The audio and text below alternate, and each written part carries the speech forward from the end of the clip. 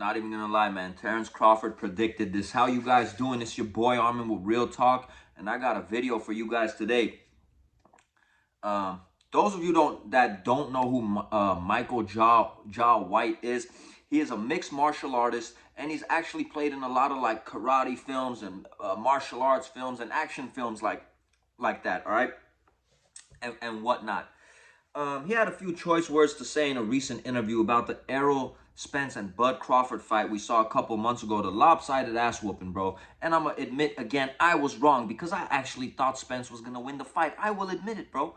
Bud Crawford proved me wrong. He put on a lopsided ass whooping on Errol Spence Jr., which is something that I believe at this point we should all admit, those of us that were wrong. And Terrence Crawford actually predicted this, man. He said when he gets into the ring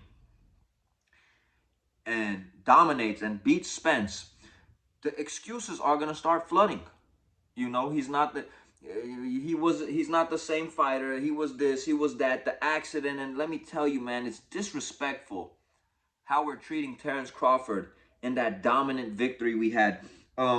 Michael White went on to say that he had inside sources that his friend actually sparred Errol Spence, preparing him for the Crawford fight. And his friend went on to tell him that this is not the same Errol Spence. He's damaged goods. He's not the same fighter anymore. He's blah, blah, blah, this, that, whatever it is, which I think is like a bunch of disrespectful BS to say to Terrence Crawford. Because let's go a little bit further back, bro. When Errol Spence Jr. came back for his first fight after that car accident, he fought Danny Garcia. And Danny Garcia back then, man, he was the real deal. He's an ex-champion, bro. Danny Garcia could thump, bro. He could crack. So his first fight back, he beats Danny Garcia. Not to mention, after Danny Garcia, he fought Ugas, and he like broke Ugas's ribs, his face, bro, his nose, just completely dominated Ugas, right? And Ugas is also, in my opinion, an excellent fighter, bro. Ugas is no pushover. So he comes back from the accident, gets into the ring with Danny Garcia and Ugas before he fights Bud, dominates. And at that time, you know, he wasn't damaged goods. He is the truth. He's Errol Spence, which, hey, man, I am a big Spence supporter, man. I love watching Errol Spence fight. I think he's a warrior, and I think he's a beast. I'm just saying for all these Crawford haters, bro, because I'm a fan of the sport before, you know, I attach myself to a fighter. So Errol Spence was the real deal back then, but when he fights Bud Crawford and Bud Crawford has a dominating performance, a lopsided beating, bro, people are now starting to make all these excuses that the accident took a toll on Spence. He's not the same fighter.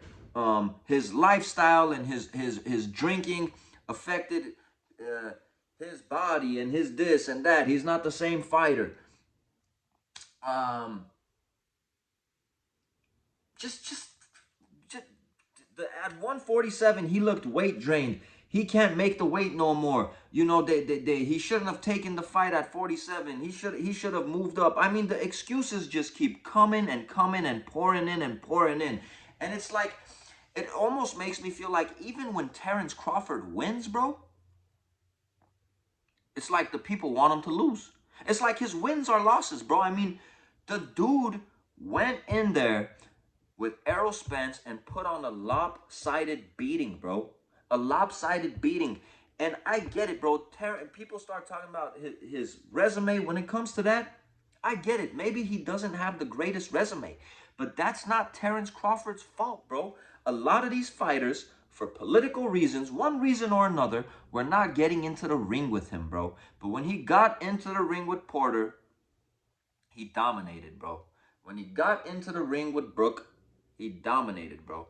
When he got into the ring with Errol Spence, he dominated, bro. And a lot of us were saying this is going to be the biggest fight since Hagler Hearns and Mayweather Pacquiao and Roberto Duran, Sugar Ray Leonard, bro, and we were all wrong, bro. It was a lopsided ass whooping. So, but instead of giving this man his flowers, instead of giving this man credit, all we've been talking about is giving excuses for why Errol Spence lost. And let me tell you one reason why I really respect Errol Spence, bro. You're really hearing this from everyone but Spence, bro. Spence made no excuses, and I respect him for that, bro.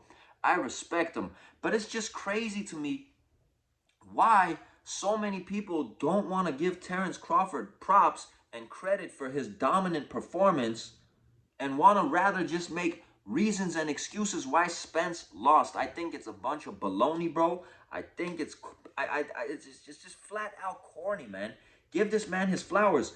And yeah, so what if Spence wasn't his toughest fight? And I agree. It looked like Spence wasn't his toughest fight. Now, we're not here to talk about who was his toughest fight or not, but I definitely agree from what I saw that night, Spence wasn't his toughest fight. But that doesn't mean that we should not give this man his credit and his props, because pretty much the whole world, the whole boxing world was saying that this is going to be a 50-50 fight. A lot of people were banking on Spence's jab. A lot of people were banking on Spence being stronger than Crawford. Crawford went to show us that he was the stronger fighter. Crawford even went in the fight and dropped Spence with a jab. Give this man his respect. Give him his credit. Two-time, two-weight division, undisputed champion of the world. We need to stop making excuses for Errol and start giving Bud his credit, bro, because it is well deserved. It was like the same way when he won the undisputed at 140. We were giving all these excuses that he had the easiest path, bro.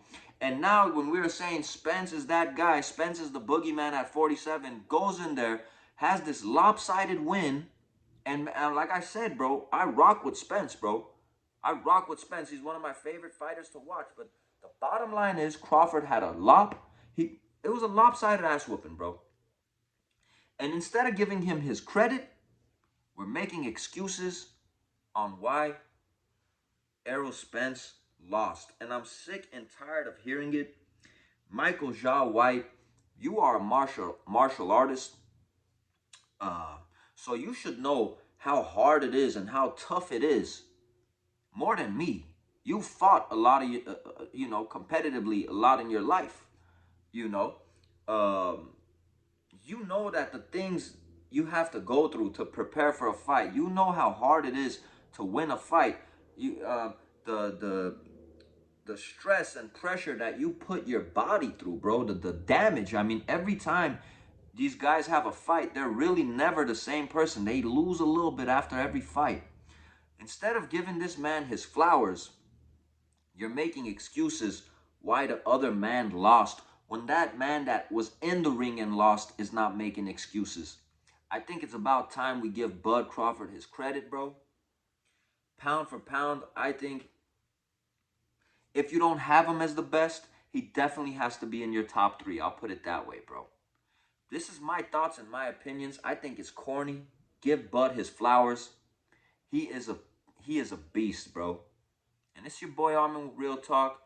And I'm just speaking my mind, bro. And I feel like, when it comes to this, it's none but facts, bro.